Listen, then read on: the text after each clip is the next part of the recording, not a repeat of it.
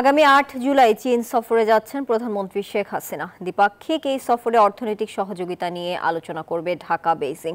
তবে বহুল আলোচিত তিস্তা উন্নয়ন প্রকল্প এখন পর্যন্ত নেই আলোচ্য সূচিতে। এই কথা জানিয়েছেন পররাষ্ট্র সচিব মাসুদ বিন মোমেন। তিনি বলেন, এই সফরে বেশ কয়েকটি সমঝোতা স্মারক সই হবে, আসতে পারে একাধিক গুরুত্বপূর্ণ ঘোষণা। মাসুদ বিন মোমেন আরও বলেন, আঞ্চলিক সহযোগিতায় বাংলাদেশ চীন যৌথভাবে কাজ করতে চায়।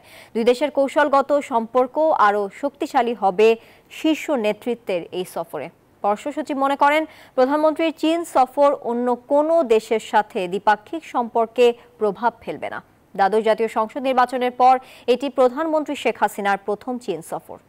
বেশ কিছু এমওইউ সাইন করার বিষয় আছে, তারপরে কিছু অ্যানাউন্সমেন্টও আসবে। তো এখন এটা ফাইনাল কাজগুলো চলছে। তো কালকের পরে আমরা একটা ক্লিয়ার পিকচার পাবো। মিনওয়াইল চাইনিজদের সাথেও আমাদের কথাবার্তা চলছে। তো আমরা আশা করছি এটা একটা ভালো ফলপ্রসূ সফর হবে।